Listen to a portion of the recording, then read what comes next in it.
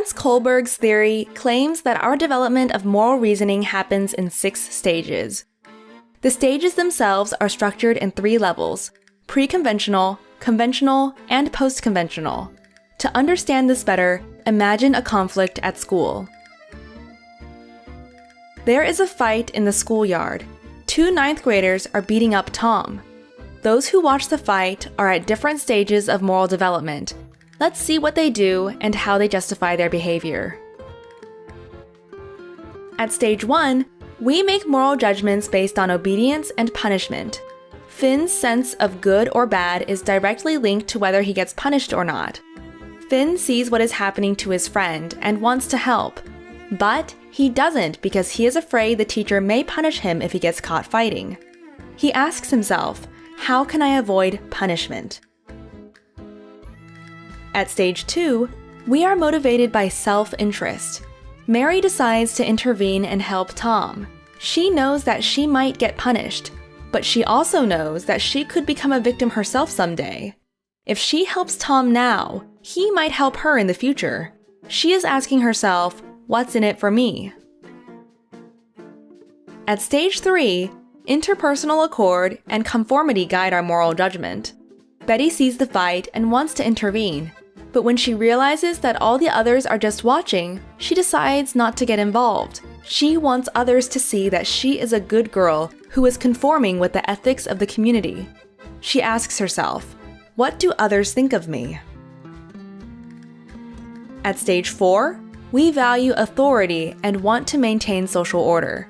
When the teacher sees the group fighting, he immediately steps in and shouts, "Stop! Fighting at school is forbidden." He feels that, above all, it is important to follow the rules, otherwise chaos breaks out.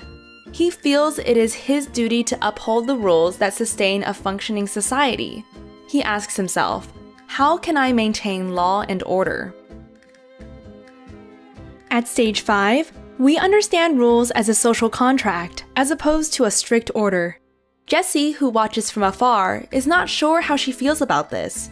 To her, rules make sense only if they serve the right purpose. Obviously, the school rules prohibit fighting, but maybe Tom deserves to finally learn his lesson. Just yesterday, he punched a young girl from grade 1. She asks herself, does a rule truly serve all members of the community? At stage 6, we are guided by universal ethical principles. All those involved now have to face the headmaster. He first explains the school rules and why they exist. He then clarifies that rules are valid only if they are grounded in justice. The commitment to justice carries with it an obligation to disobey unjust rules. The headmaster's highest moral principle is compassion. He believes that all people should learn to understand each other's viewpoints and that they don't feel alone with their feelings. He asks, what are the abstract ethical principles that serve my understandings of justice? At the pre-conventional level, Finn is driven by fear and Mary by self-interest. Both judge what is right or wrong by the direct consequences they expect for themselves and not by social norms. This form of reasoning is common among children. At the conventional level, Betty responds to peer pressure, and the teacher follows the rules. Their morality is centered around what society regards as right. At this level, the fairness of rules is seldom questioned. It is common to think like this during adolescence and adulthood. At the post-conventional level, Jessie knows that things are complicated because individuals may disobey rules inconsistent with their own morality. The headmaster follows a universal ethical idea, at complete disconnect with what society thinks or the rules say. To him, everything is solved through compassion. The right behavior, in his opinion, is therefore never a means to an end, but always an end in itself. Not every person reaches this level.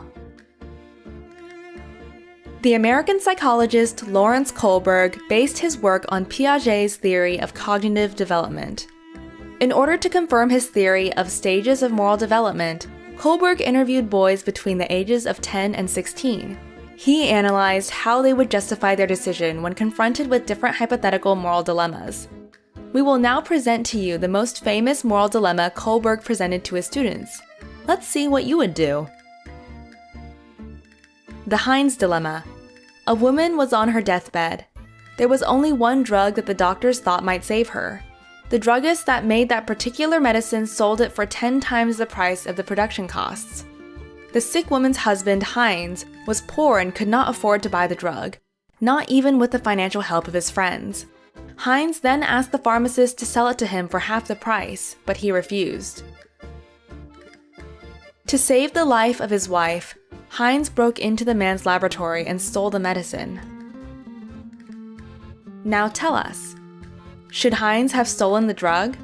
Would it change anything if Heinz didn't love his wife? What if the person dying was not his wife, but a stranger? Should the police arrest the druggist for murder if the wife had died? Please write your answers and their justifications in the comments below.